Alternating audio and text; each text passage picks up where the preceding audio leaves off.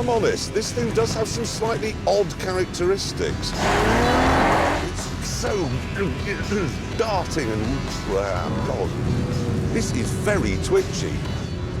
It's a dead straight line, but look how much steering I'm having to do in this thing. I'm endlessly adjusting the throttle, endlessly sawing away at the wheel just to try and keep pointing in the right direction.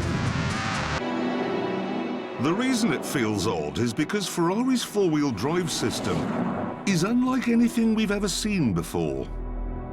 I'm going to sound like James May now, but bear with me.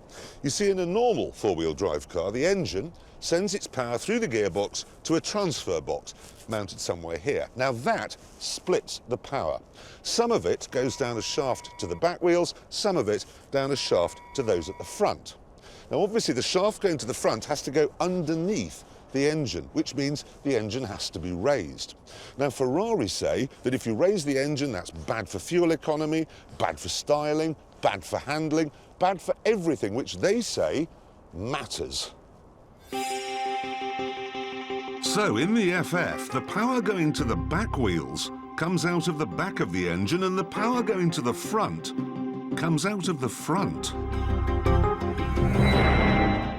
This means it has to have two gearboxes.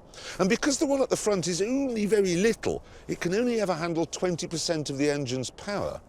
And if you go into fifth, it shuts down completely.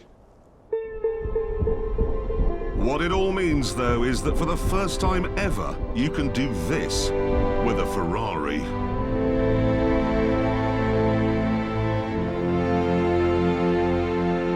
But is Ferrari's very complicated solution really worth it? Bentley would argue that it isn't.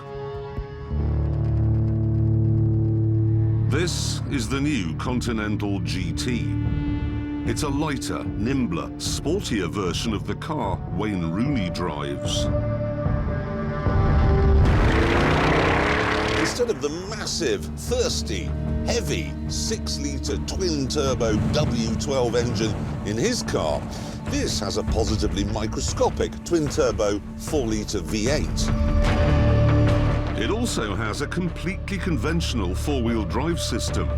So does that mean the engine's in the sky and the car wallows about like an elephant perched on a beach ball? Tell you what, let's find out.